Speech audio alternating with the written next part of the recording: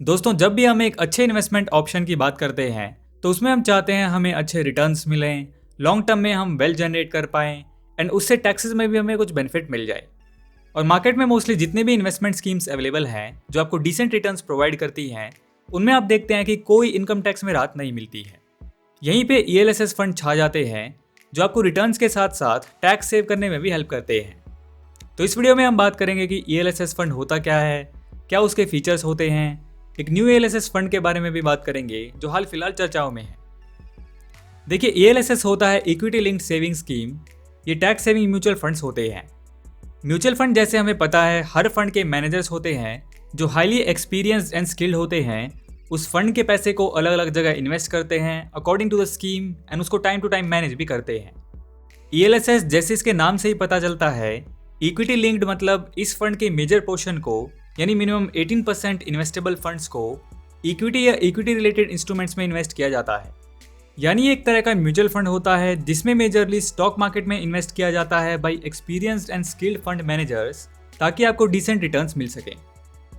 ELSS में investment का कोई मैक्सिमम टेन्योर नहीं होता है, लेकिन इसमें 3 साल के लिए लॉक इन पीरियड होता है और इसमें आपको सेक्शन 80C के अंडर 1.5 लाख तक की टैक्स एग्जेम्पशन भी मिल जाती है, जो आपको सिर्फ ईएलएसएस फंड में ही मिलती है। नॉर्मल म्यूचुअल फंड्स में आपको टैक्स एग्जेम्पशन नहीं मिलती है, तो ईएलएसएस का ये एक मेजर बेनिफिट होता है। ईएलएसएस फंड इक्विटी में डाइवर्सिफाई मैनर में इन्वेस्ट करता है, यानी अलग अलग मार्केट कैपिटलाइजेशंस, थीम्स एंड सेक्टर्स में इन्वेस्ट किया जाता है ताकि मार्केट के उतार चढ़ाव से ज़्यादा इम्पैक्ट ना पड़े। करंटली मार्केट में लगभग 39 ईएलएसएस स्कीम्स हैं और एक इंपॉर्टेंट और गौर करने वाली बात यह है कि सिर्फ 18% and 10% mid cap and small cap companies में इन्वेस्टेड हैं। यानी ईएलएसएस स्कीम्स का 72% पैसा लार्ज कैप स्टॉक्स में इन्वेस्टेड है। अब इसमें थोड़ा इशू क्या है, लार्ज कैप कंपनीज का जो रिटर्न्स है वो डेकेड बाय डेकेड कम होता जा रहा है, क्योंकि लार्ज कैप कंपनीज में ग्रोथ पोटेंशियल उतना ज़्यादा नहीं होता है जितना small cap and mid cap companies में होता है। हाँ, ये भी है कि small cap and mid cap companies में थोड़ा रिस्क भी ज़्यादा होता है, बट रिटर्न्स की प्रोबेबिलिटी भी हाई होती है। अब कुछ इन्वेस्टर्स जो थोड़ा एग्रेसिव होते हैं, मान लीजिए स्मॉल कैप या मिड कैप फंड्स में इन्वेस्ट करना चाहते हैं, तो उनको ये चीज़ ईएलएसएस में नहीं मिल पाती है। इसलिए उन्हें दूसरे म्यूचुअल फंड्स में इन्वेस्ट करना पड़ता है जहाँ पे उन्हें ईएलएसएस जैसे टैक्स के बेनिफिट्स नहीं मिल पाते हैं। लेकिन अभी रिसेंटली मैं पढ़ रहा था कि सैमको का न्यू ईएलएसएस फंड आ रहा है जो एक यूनिक अप्रोच इसमें ला रहा है। यानी ये फंड इस अपॉर्चुनिटी को आइडेंटिफाई करते हुए mid cap and small cap पे फोकस्ड एक ईएलएसएस फंड लॉन्च कर रहा है जिसमें हाई रिटर्न प्रोबेबिलिटी के साथ साथ टैक्स के बेनिफिट्स भी मिलेंगे। तो थोड़ा इसके बारे में बात करते हैं कि कैसे ये फंड वर्क करेगा, क्या इसकी स्ट्रेटजीज रहेंगी और वोलेटिलिटी को कैसे फंड हैंडल करेगा। इससे आपको भी नॉलेज मिलेगी कि किस तरीके से एक अच्छा इन्वेस्टमेंट डिसीजन लिया जा सकता है। अकॉर्डिंग टू फंड हाउस, अगर हम निफ्टी 50 यानी जो लार्ज कैप कंपनीज कंटेन करता है उसको अगर कंपेयर करें mid cap 150 and small cap से, तो आप देख सकते हैं कि 3 ईयर्स एंड लॉन्गर पीरियड में mid cap and small cap ने कलेक्टिवली अच्छे रिटर्न्स दिए हैं। मतलब जो ईएलएसएस में 3 ईयर्स का लॉक इन पीरियड है वही सिचुएशन में पूरी तरह से फिट बैठता है। और अगर हम इन तीनों के एवरेज एनुअल रिटर्न्स देखेंगे फ्रॉम 2006, तो मिड कैप है 24% एंड स्मॉल कैप है 25% एंड निफ्टी 50 है 16%। यानी small cap and mid cap में इन्वेस्ट करके 8% अल्फा जनरेट किया जा सकता है कंपेयर टू निफ्टी 50। लेकिन बात आती है यहाँ पर रिस्क की, जो कि है volatility. Mid cap and small cap में बहुत हाई वॉलेटिलिटी देखने को मिलती है।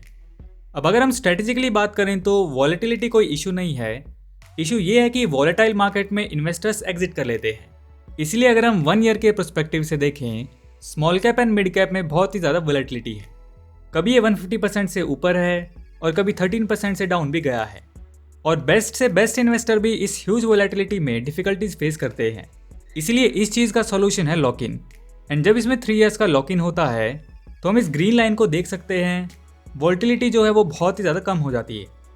इसलिए 3 years lock in plus mid cap and small cap ये एक सॉलिड कॉम्बिनेशन है जो क्रिएट करता है potential for higher risk adjusted returns, जिसपे सैमको का ये टैक्स सेवर फंड फोकस कर रहा है। बात करते हैं इनकी स्ट्रेटजी की, तो इनका कहना है कि ये ईथी स्ट्रेटजी यूज़ करने वाले हैं।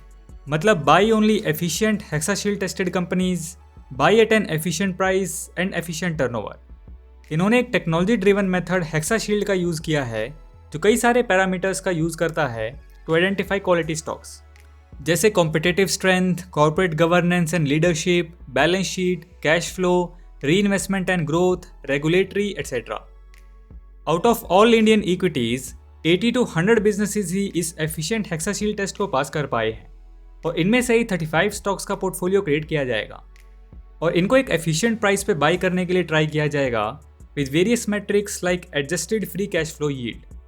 और 35 हेक्साशील्ड के पोर्टफोलियो में एफिशिएंटली उस टर्नओवर को मेंटेन किया जाएगा, एक्टिवली उसे मॉनिटर किया जाएगा to create right balance between diversification and risks.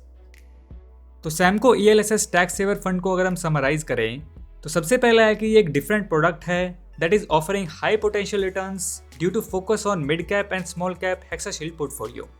Second है हायर रिस्क एंड वोलेटिलिटी जो कि एफिशिएंटली मैनेज की जा सकती है due to 3 year lock in. Third, it qualifies for tax reduction under section 80C। एक और बेनिफिट जो ELSS फंड का होता है वो long term capital gain of up to 1 lakh are tax exempted, यानी ELSS फंड से जो भी आपको गेन होगा उस पर आपका 1 लाख तक टैक्स एग्जम्प्ट रहेगा, जो इस फंड पे भी अप्लाई होता है। इस फंड का NFO 15 नवंबर से ओपन हो रहा है और 16 दिसंबर 2022 तक ये ओपन रहेगा फॉर एप्लीकेशन। तो इस वीडियो में हमने बात की ELSS के बारे में, ELSS होता क्या है और उसके फीचर्स को भी समझा। म्यूचुअल फंड से स्टॉक्स में इन्वेस्ट करने से पहले खुद का एनालिसिस जरूर करें। This video was for education purpose only. आज के वीडियो में इतना ही, मिलते हैं अगली वीडियो में एक ऐसी नॉलेजेबल टॉपिक के साथ। सो दोस्तों, वीडियो पसंद आया तो लाइक एंड शेयर करो यार, एंड नए हो तो इस चैनल को सब्सक्राइब कर लो क्योंकि मैं ऐसी वीडियोस आपके लिए लाता रहूँगा। And thanks for watching.